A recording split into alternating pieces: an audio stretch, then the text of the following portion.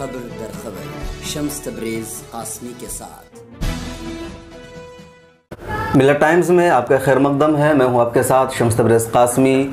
Supreme court से आज एक फ़ैसला आया है जिस फैसले को बाबरी मस्जिद से जोड़कर देखा जा रहा है। उस फैसले में सुप्रीम कोर्ट ने कहा है कि इस फैसले का बाबरी मस्जिद मिल्कियत के मुकदमे पर कोई असर नहीं पड़ेगा। सुप्रीम कोर्ट ने उस फैसले को किसी लार्जर बेंच के हवाले करने से भी इनकार कर दिया है।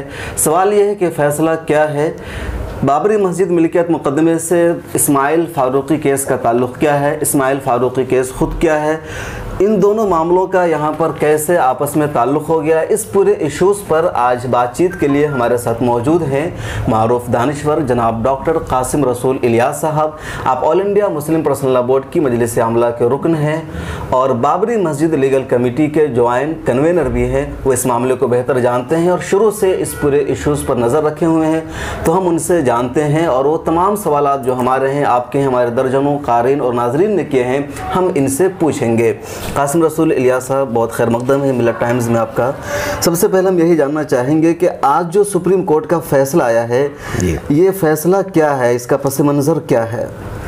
देखिए, असल में बाबरी मस्जिद का जब केस शुरू हुआ सुप्रीम कोर्ट में, तो उस पर ये सवाल ख़ुद हमारे तरफ से उठाया गया था दरमियान में कि इस्माइल फारूकी केस जो 1994 का जजमेंट है, उसमें एक बात ऐसी कह दी गई है जो इस फैसले पर असरअंदाज हो सकती है।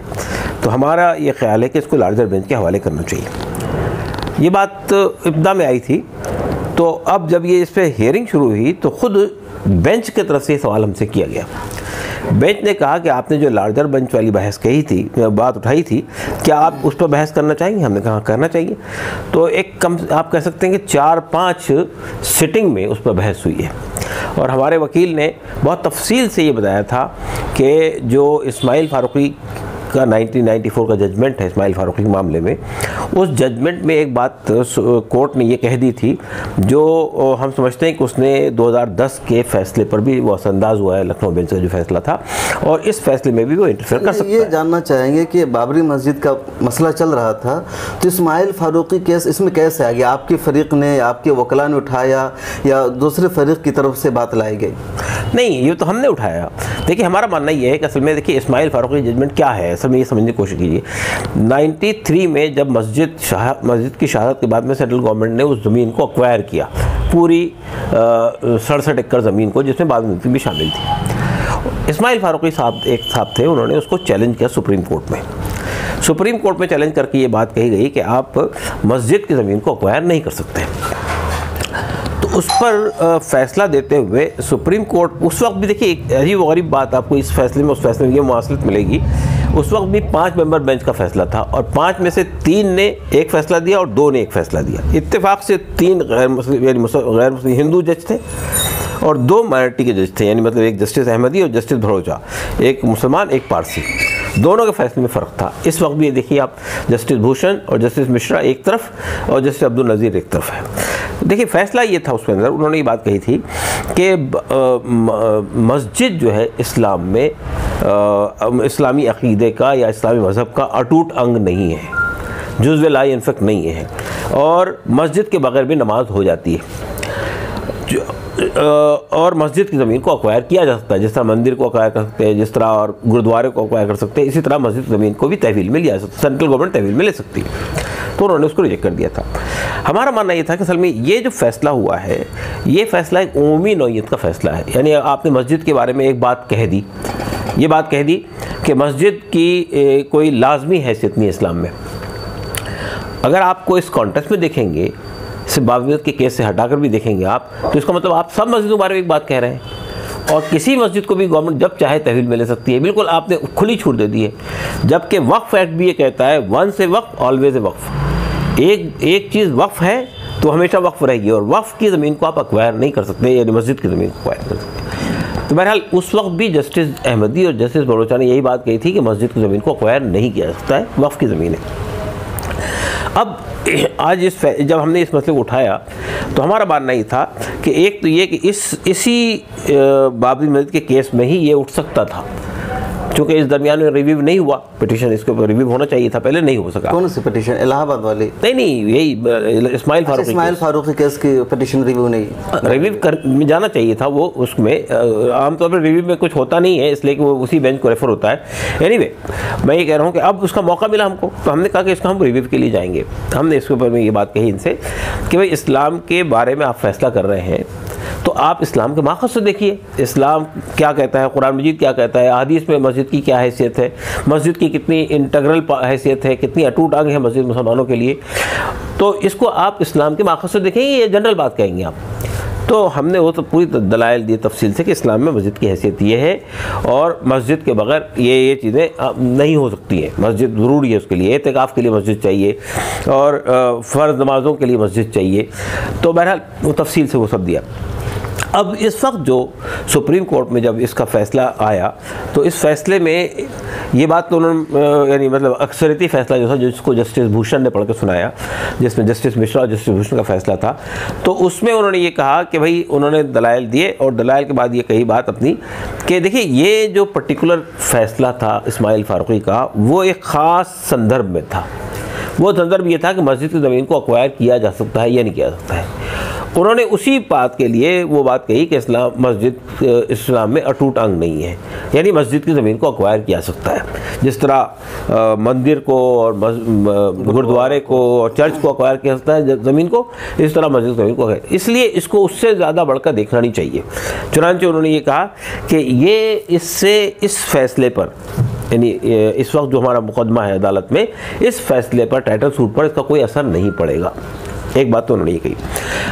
हमने ये बात उठाई थी और जस्टिस नज़ीर ने भी अपने फैसले में बात कही है कि 94 के जजमेंट का, यानी इस्माइल फारूकी वाले केस का 2010 का जो लखनऊ बेंच का फैसला है उस पर असर हुआ है। उन्होंने कोट किया, जस्टिस एसीओ खान को कोट किया, जस्टिस अग्रवाल को कोट किया, जिन्होंने उस बात से रेफरेंस लिया था।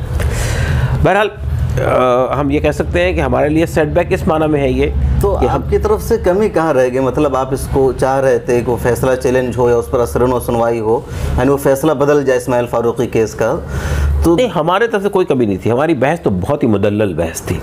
हमारे वकील ने, यानी हमारे एडवोकेट राजीव धवन ने इतनी मुदल्लल बहस की है, इतने बड़े बड़े रेफरेंसेस दिए कुरान के, सुन्नत, हदीस के और मुख्तलिफ केसेस के हवाले दिए। और अगर आप जस्टिस नज़ीर का फैसला देखेंगे तो जस्टिस नज़ीर ने वो तमाम फैसले कोट किए कि किन किन मामले में जस्टिस नज़ीर का फैसला अलग हो गया, दो कैक है, तो अब इसका कोई यानी इसकी अहमियत बाकी रह गई या बस एक ऐसी है ये? नहीं, देखिए माइनॉरिटी जजमेंट सिर्फ जजमेंट की हद तक रह जाता है, उसकी कोई हैसियत नहीं होती है। कहीं आप रेफ़र करना चाहें तो रेफ़र तो कर सकते हो जजमेंट को, लेकिन अब फैसला तो मेजॉरिटी जजमेंट के मुताबिक ही होता है। तो बहरहाल मैं ये कहना चाहता हूँ, इसमें एक अच्छी बात यह है कि इन्होंने, चूँकि यही बेंच का मुकदमा भी सुन रही है अब तक, अब बेंच बनती है तो बदलती है, ये नहीं बदलती है तो मालूम होगा, चूँकि जस्टिस मिश्रा रिटायर हो रहे हैं। नहीं, आपके जनरल सेक्रेटरी साहब की तरफ से कहा गया प्रेस रिलीज में कि नए चीफ जस्टिस आ रहे तो नई बेंच बनेगी। और हाँ, वही मैं कह रहा हूँ आपसे कि ये जस्टिस रिटायर हो गए चीफ जस्टिस, तो नई बेंच आएगी, मतलब नए चीफ जस्टिस आएंगे तो नई बेंच बनाएंगे। आमतौर पे होता ये है कि जो लोग इसमें चले आ रहे हैं, यानी 2 लोग तो बाकी है ना इसके अंदर, उनको रिटेन किया जाता है, एक नए जज को इजाफा हो जाता है। वो जज सुप्रीम कोर्ट का चीफ जस्टिस भी हो सकता है, इसलिए चीफ जस्टिस से रिप्लेस हो रहे हैं। तो अगर चीफ जस्टिस आ गए और ये दोनों रहे तो ये रहेगी बेंच, नहीं तो चीफ जस्टिस को ये इख्तियार हासिल है, वो पूरी बेंच बदल सकता है। जो मुकदमा चल रहा है सुप्रीम कोर्ट में बाबरी मस्जिद का, तो मुसलमानों की तरफ से कौन कौन फरीक है? देखिए, मुसलमानों की तरफ से 6 मुकदमे हैं। एक मुकदमा है सुन्नी सेंट्रल वक्फ बोर्ड का, एक मुकदमा है मोहम्मद सिद्दीक़ का जिससे जमीयत उलमा लड़ रही है, उसके अलावा हाशिम अंसारी का मुकदमा है, और इसके अलावा फारूकी का मुकदमा है। तो इस तरह से ये जो लोग भी पिटिशनर थे, पहले से चले आ रहे थे, बरसों से चले आ रहे थे, वही लोग पिटिशनर नहीं, कोई नए पिटिशनर इसमें इजाफा नहीं हो सकता है। अलबत्ता इस केस में हो ये रहा है कि जमीयत उलमा और पर्सनल लॉ बोर्ड ये इस मुकदमे की पैरवी कर रहे हैं।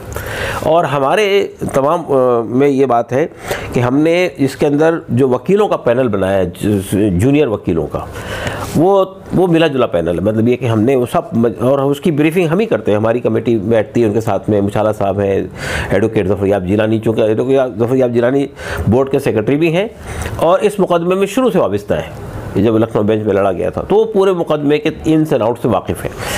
तो ये हम लोगों ने अब तक ये करते रहे हैं कि जब भी उसकी पेशी होती है उससे पहले हम लोग बैठ के तफसील से जायज़ा लेते हैं, और जायज़ा लेने के बाद में क्या क्या चीज़ें हमारी तरफ से आनी चाहिए, उसके बाद फिर हम सीनियर वकीलों से प्रेस यानी कॉन्फ्रेंस करते हैं, उसके बाद उनसे भी मामला तय हो जाता है, उसके बाद फिर मुकदमे में बहस होती है। तो आपकी तरफ से और जमीयत उलमा हिंद की तरफ से जो वकला है, तो आप दोनों के वकला साथ में बैठते हैं या आप अपने वकला को ब्रीफिंग करते हैं, वो अपने वकला? नहीं, देखिए पूरी ब्रीफिंग और पूरी वो तो हम ही करते हैं, हमसे वकला को भी आप? हाँ, उनके वकला को भी हमारे साथ होता है, हम लोग बिठाते हैं सबको, हम उन सबकी ब्रीफिंग करते हैं। ये चूँकि देखिए मसला क्या है हमारे साथ में, इस मसले में दो हमारे सीनियर एडवोकेट, एक मुछाला साहब जो इस मुकदमे से बहुत पहले से वाबस्ता है और बोर्ड की लीगल कमेटी के कन्वीनर भी है, और दूसरे ज़फ़रयाब जिलानी साहब, ये इस केस के अंदर ये बुनियादी अहमियत के हामिल लोग हैं। तो ज़ाहिर है कि ये मुछाला साहब, ज़फ़रयाब जिलानी साहब हो गए या मुछाला साहब हो गए, ज़फ़र साहब कन्वीनर भी हैं, तो लोग वो है जो प्रैक्टिस में नहीं है। तो क्या आपको ऐसा नहीं लगता है कि आपके इस मुकदमा में वो वकला आए जो प्रैक्टिस में हैं, सुप्रीम कोर्ट में जो बाज़ाब्ता पैरवी करते हैं, वो ज़्यादा इन चीज़ों को जानते हैं? देखिए पैरवी तो मुछाला साहब भी करते हैं, सुप्रीम कोर्ट में भी करते हैं वह पैरवी, और बम्बई हाई कोर्ट के सीनियर वकील हैं। इसी तरह ज़फ़रयाब जिलानी साहब, ये जो इलाहाबाद हाई कोर्ट की लखनऊ बेंच है, उसमें उन्होंने इस पूरे मुकदमे को लड़ा है, इस पूरे मुकदमे को लड़ा है। और अभी भी जब हमारी जस्टिस जस्टिस कह रहा हूँ, एडवोकेट राजू धवन के साथ जो कॉन्फ्रेंस होती है, उसमें सबसे मेन आदमी जो पूरा मामले को ब्रीफ करते हैं वो ज़फ़रयाब जिलानी साहब हैं, इसलिए कि उनसे ज़्यादा इस मुकदमे को और कौन जानता है। तो वो सुप्रीम कोर्ट में बहस तो नहीं, देखिए सुप्रीम कोर्ट में होता ये कि मुकदमे के अंदर जितने मुकदमे आते हैं उसमें फेस वैल्यू पे बहुत कुछ डिपेंड करता है। सीनियर वकील कौन है आपका, उसका नहीं, देखिए हो सकता है कोई जूनियर वकील बहुत एक्सपर्ट हो, लेकिन कोर्ट के साइकी पे ये सवार है कि जो सीनियर वकील है, राम जेठमलानी खड़े हो जाइए या कपिल सिब्बल खड़े हो जाएं या राजू धवन खड़े हो जाएं, तो बोर्ड की बेंच यानी कोर्ट की बेंच का एकदम वो रवैया बदल जाता है। तो ये जो फैसला आया है इसके ऊपर बोर्ड का क्या रद्द-ए-अमल होगा? क्योंकि ऐसा लग रहा है आपकी बातों से कि फ़ैसला आपकी मौफ़िक़ नहीं आया है, और कहीं ना कहीं जिस तरह से तलाक़ वाले फ़ैसले में बोर्ड को कामयाबी नहीं मिली, इस फैसले में भी कामयाबी नहीं मिली है। देखिए असल में देखिए कामयाबी और नाकामी का दारोमदार यानी इस पर नहीं है कि आपने क्या बहस की है, इस पर है कि जजेस ने क्या दलाइल दिए हैं। जो दलील जजेस ने भी दलील दी है इस फैसले के हक़ में, जो ये दो मेंबर बेंच ने, उसमें उनका फोकस ये था कि ये इस्माइल फ़ारूकी केस को लार्जर बेंच को रेफ़र करने की ज़रूरत इसलिए नहीं है कि उस केस का इस मुकदमे पे कोई असर नहीं पड़ेगा। एक बात तो उन्होंने ये कही। दूसरी बात उन्होंने ये कही, वो जो फ़ैसला था वो फ़ैसला सिर्फ मिल्कियत तहवील आराज़ी एक्ट, यानी जो उसको लिया गया था, एक्वायर किया गया था, उस एक्विजिशन से मुताल्लिक़ था, इससे ज़्यादा उसकी हैसियत नहीं है। ये बात उन्होंने बार बार इन्फेसिस की है, इसलिए हम उनकी बात को फेस वैल्यू पे लेते हैं कि इस मुकदमे इलाहाबाद में तो आप देख चुके हैं, इलाहाबाद खुद जस्टिस अब्दुल नज़ीर कह रहे हैं कि उस पर असर पड़ चुका है और सब लोग जानते हैं। तो क्या आप इसके मतलब रिव्यू की एप्लीकेशन दायर करेंगे? देखिए रिव्यू तो ये रिव्यू की एप्लीकेशन थी, ये तो जो अभी इस वक्त में किया है रिव्यू की बात की थी ना, तो रिव्यू की कोर्ट ने नहीं माना। देखिए उसमें दोनों बातें हो सकती थी, यानी मान भी लिया सकता था, नहीं मान सकते थे। हम इस फैसले के बुनियाद पे ये नहीं कह सकते हैं कि हमने कोई केस में कोई कमी हुई है या ये कि इससे हमारे मुकदमे पर कोई बड़ा असर पड़ेगा, ऐसा कुछ नहीं होगा। चूँकि जस्टिस मिश्रा भी बहुत पहले ये बात कह चुके हैं इसी मुकदमे के अंदर में कि हम इसको सिर्फ मेरिट पे देखेंगे, हम इसे आस्था या फेथ के मसले पर ही देखेंगे, हम इसे सिर्फ टाइटल सूट की हैसियत से ही देखेंगे। अगर वाकई टाइटल सूट की हैसियत देखा जाएगा तो इंशाअल्लाह 100% हमारे हक़ में फैसला होगा। इसलिए कि टाइटल सूट की बुनियाद होती है कि लैंड रिकॉर्ड क्या कहते हैं, रेवेन्यू रिकॉर्ड क्या कहते हैं, जिस वक्त मस्जिद में तनाज़ा पैदा हुआ उस वक्त मस्जिद किसकी तहवील में थी, हिस्ट्री क्या कहती है, तारीख़ क्या कहती है, शहादतें जिन लोगों ने दी है उनकी शहादतें क्या है।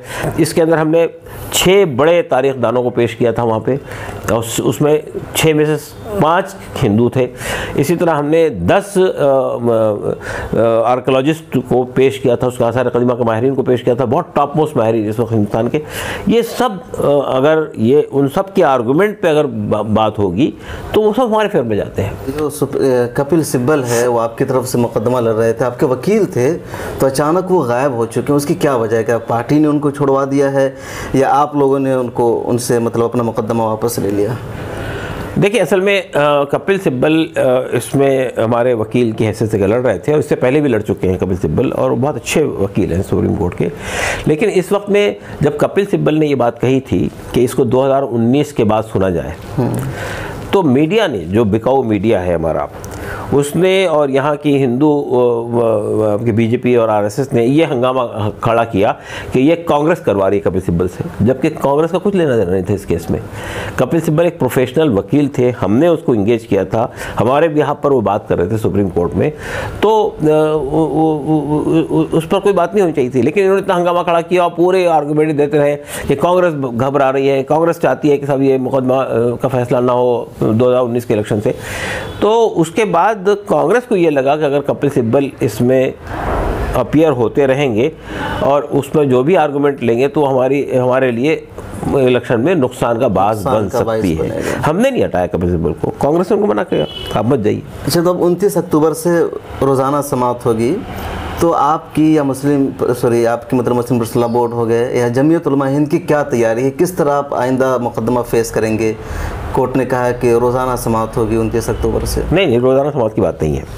देखिए, पहली बात तो ये बताऊँ आपको, कोर्ट का मूड ये है कि कोर्ट ने ये बात कही है कि पहले भी कहा है कि हम इस मामले में कोई जल्दी नहीं करेंगे। रूटीन में आप जानते हैं कि 2011 में केस चैलेंज किया गया था हमने, 2011 से लेकर 17 तक तो देखिए कोर्ट खामोश बैठा हुआ था, 17 मुकदमा शुरू हुआ है। और ये देखिए, इसके अंदर 8000 पेज का जजमेंट है, छोटा मोटा जजमेंट नहीं है। 8000 पेज का ये इलाहाबाद हाई कोर्ट का जजमेंट? जी, 8000 सफ़ात पर मुश्तमिल जजमेंट है। क्या वो जजमेंट यानी आप समझते हैं कि अप्रैल 2019 तक वो फैसला हो जाएगा? 2000 यानी 8000 पेज का जजमेंट है, 42,000 पेजेस के डॉक्यूमेंटेशन है, और उसमें से 19,000 पेजेस के डॉक्यूमेंटेशन इस केस में रेफ़र किए गए हैं, जिसका तर्जुमा हुआ, जिनने जिसको लिया उसका तर्जुमा करके उन्होंने पेश किया है। तो इन सब चीज़ों को पढ़ेंगे, आर्ग्यू करेंगे। 15 यानी टोटल 13 पिटिशनर है इसके अंदर, हर आदमी अपना वकील खड़ा करेगा, हर आदमी बात करेगा, तो ये मुकदमा लंबा चलेगा। और दूसरी बात ये कि देखिए, ये बात भी कि रोज़ाना समाअत होगी, ऐसी बात अब तक तो नहीं है। और अगर रोज़ाना समाअत होती है और ख़ास तौर पे एक बेंच इस काम के लिए मखसूस जाती है सुप्रीम कोर्ट, तो ऐसा आमतौर पे नहीं करता, इसलिए कि कौन सी आप सुप्रीम कोर्ट के पास में इस मुकदमे को जल्द से जल्द निपटाने के लिए क्या दलील है? सुप्रीम कोर्ट के हमारे पास बहुत सारे मुकदमे पड़े हुए हैं, और आप ये देखिए 56,000 मुकदमे सुप्रीम कोर्ट में इस वक्त में यानी गैर तस्फिया शुदा है। इस मुकदमा की नौयत अलग है, हिंदू बना मुस्लिम बना हुआ, तो कहीं इसके लिए अलग से कुछ कर दो। तो इसलिए भी ज़रूरी है कि इसमें उजरत का मुजाहरा न किया जाए, तमाम फरीकों को पूरा मौका दिया जाए, तमाम का दलाइल सुने जाए। तो अब तक जो मतलब 1 साल में बहस हुई 2017 में, तो मतलब जो असल मामला है टाइटल सूट का, उस पर कोई बातचीत नहीं हुई, सुप्रीम कोर्ट में कोई बहस नहीं हुई? देखिए, सुप्रीम कोर्ट में अब तक जो कुछ हुआ है वो फॉर्मेलिटी हुई है। फॉर्मेलिटी से मेरी मुराद ये है कि इसमें सुप्रीम कोर्ट ने ये कहा, पहले तो ये कहा था कि इसमें जो डॉक्यूमेंट्स हैं, जो दस्तावेज़ात इसके साथ में अटैच्ड हैं इस मुकदमे के साथ में, उसका तर्जुमा हम कराएंगे। लेकिन बाद में ये लिया कि भाई जो फरीक जिस डॉक्यूमेंट पे रिलाई कर रहा है, जिसको पेश करना चाहता अपनी तरफ से, उसका तर्जुमा करा के वही दे।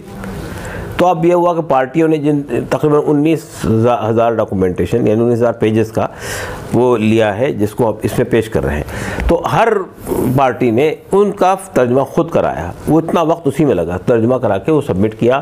फिर किसी ने कहा हमको नहीं मिला, किसी ने कहा हमको मिल गया, तो वो कुछ किताबें आई है इसमें, बहुत से लोगों ने किताबें पेश की, और किताबों का तर्जुमा होना चाहिए, किताबें संस्कृत में है, किताबें किसी और ज़बान में है, तो वो सब करते करते करते करते अब तक मामला आया है। जो ज़मीन एक्वायर की है वहाँ बाबरी मस्जिद की, तो वहाँ पर पूजा की इजाज़त दी जा चुकी है, लेकिन नमाज़ पढ़ने की इजाज़त नहीं है, ऐसा क्यों है? हाँ, असल बहुत इम्पोर्टेंट सवाल आपने किया है। देखिए, असल में जब मस्जिद पे ताला लगा था, 1949 में ताला लगा था 23 दिसंबर को, उसके बाद से मस्जिद बंद थी। आपके 1986 में एक ज़िमनी फैसले के ज़रिए से, यानी वहाँ के फैज़ाबाद के एक जज मकामी अदालत ने एक फ़ैसले के ज़रिए से, एक तरफ़ा फ़ैसला, इसलिए मैं कहूँगा कि हमें उसकी, यानी मुस्लिम फ़रीक़ को उसमें वो ही नहीं बनाया गया, पार्टी ही नहीं बनाया, पार्टी बनाए बगैर वो फैसला दिया, पार्टी बनाया हुआ फैसला दे दिया गया। और वो फैसले में उन्होंने वो ताला खुलवा के हिंदू फ़रीक़ को पूजा की इजाज़त दे दी। पूजा की इजाज़त ये था कि एक उसमें पुजारी होगा और लोग आके वो करेंगे पूजा, यानी ऑफर करेंगे उसको। उसके बाद ये हुआ कि साहब वो जब बाबरी मस्जिद शहीद हो गई, यानी जब शहीद कर दी गई 1992 में, तो उस ज़मीन को यानी यह हुआ कि बाबरी मस्जिद शहीद हो गई और कोर्ट ने, यानी गवर्नमेंट ने उसे अपनी तहवील में कब लिया, जब वहाँ एक आर्जी मंदिर तामीर हो गया। वो पूरा ढांचा तोड़ दिया गया था ना, मंदिर भी नहीं था, मूर्तियाँ भी नहीं थी वहाँ पे, सब हटा ली गई थी। जब वो ढांचा तोड़ दिया गया और दोबारा वहाँ एक आर्जी मंदिर तामीर हुआ, सेंट्रल गवर्नमेंट की निगरानी in the sense central government के हाथ में आ गया था। वहाँ पे गवर्नर रूल लग गया था ना, प्रेसिडेंट रूल लग गया था। प्रेसिडेंट रूल लगने के बाद वो सेंट्रल गवर्नमेंट की बिल की हुक्मरानी में आ गया वो। तो 40 घंटे तक वहाँ पे आर्जी टेम्पल का काम होता रहा, आर्जी टेम्पल बन गया। और जब वो आर्जी टेम्पल बन गया तो गवर्नमेंट ने उसको एक्वायर किया और एक्विजिशन पे कोर्ट ने स्टे दिया, यानी मतलब कोर्ट ने उसको वो मान लिया। तो मैं ये कह रहा हूँ आपसे कि उसके बाद वो वहाँ फिर से एक आर्जी मंदिर बन गया और वहाँ पे पूजा शुरू हो गई, कि जो पहले चल रही थी पूजा शुरू हो गई। इस इस्माइल फारूकी केस के अंदर दूसरी प्ली यही थी जिसको इस बात से रद्द किया गया। इस्माइल फारूकी में ये कहा कि जिस तरह आपने पूजा की इजाज़त दी है ज़मीन पर, चूँकि अभी टाइटल का फैसला नहीं हुआ है, अभी मिल्कियत का फैसला नहीं हुआ, किसकी ज़मीन है ये बाद में आएगा, तो मुझे भी नमाज़ पढ़ने की इजाज़त मिलनी चाहिए। उस वक्त ये कहा गया कि मुसलमानों को नमाज़ पढ़ने के लिए मस्जिद ज़रूरी नहीं है, इस्लाम में वो अटूट अंग नहीं है। और इसका असर ये पड़ा हमको कि वहाँ पूजा की, यानी मस्जिद में नमाज़ पढ़ने की इजाज़त नहीं मिली उस जगह पे। अच्छा, ताला कांग्रेस ने खुलवाया, मस्जिद शहीद भी कांग्रेस के दौर में हुई। आपका सियासी करियर भी है, वेलफेयर पार्टी ऑफ इंडिया के सदर हैं, तो बतौर एक सियासी रहनुमा कि आपको क्या लगता है, बाहर ये हलचल है कि सब कुछ कांग्रेस ने किया है, तो वहाँ पर मंदिर भी कांग्रेस ही बनाएगी, बीजेपी कुछ नहीं करने वाली है, वो सिर्फ हंगामा कर रही है? देखिए, ये हमारी बदकिस्मती है कि कांग्रेस पार्टी ख़ुद को एक सेकुलर पार्टी कहती है और ये कहती है भाई हम तो सेकुलरिज्म में यकीन रखते हैं और मुसलमानों को भी, अब तक मुसलमानों नहीं, कम से कम आप कह सकते हैं कि एक लंबे अरसे तक मुसलमानों का वोट कांग्रेस के हक में जाता रहा पूरी तरह से। अभी भी जा रहा है, लेकिन बाज़ जगह तो बदल गया, यूपी वगैरह के अंदर, यूपी बिहार वगैरह में। लेकिन मैं ये कहना चाहता हूँ कि कांग्रेस अपने आप को एक सेकुलर पार्टी की हैसियत देगी, लेकिन इस पूरे मामले में कांग्रेस को लोग इंतहाई ख़राब और जानिबदाराना रहा। ताला लगने के बाद जब मस्जिद में यानी लोगों ने वहाँ पे हंगामा किया, मूर्तियाँ अंदर ढा दी गई, तो होना ये चाहिए था कि चूँकि आप खुद, यानी आप अगर आप बाबरी मस्जिद के सिलसिले में जो पहली FIR दर्ज हुई है राम जन्मभूमि थाने के अंदर, आप जाकर उस FIR को निकाल कर देखिए। उस FIR में कहा गया कि 22 दिसंबर 1949 की रात तक ये जगह मस्जिद की हैसियत से इस्तेमाल होती रही है, मुसलमान यहाँ नमाज़ पढ़ते रहे हैं। 22 दिसंबर की इशा की नमाज़ पढ़ के जब मुसलमान गए तो रात में चोरी छुपे कुछ बदमाश लोगों ने आकर इसमें मूर्तियाँ रख दी और मस्जिद की पवित्रता को भंग कर दिया। देखिए, ये FIR है। उसके बाद जो जस्टिस, यानी जो मजिस्ट्रेट ओगरा ने अपना एफिडेविट दिया है, उसमें भी उन्होंने ये माना कि ये मस्जिद है, मस्जिद की हैसियत से इस्तेमाल होती रही है।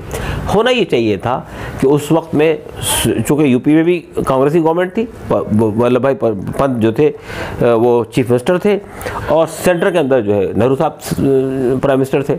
नेहरू ने उनसे कहा, लेकिन वल्लभ भाई पंत ने ये कहा कि अभी हालात थोड़े से नॉर्मल हो जाने दीजिए, उसके बाद हम खोल देंगे मस्जिद को।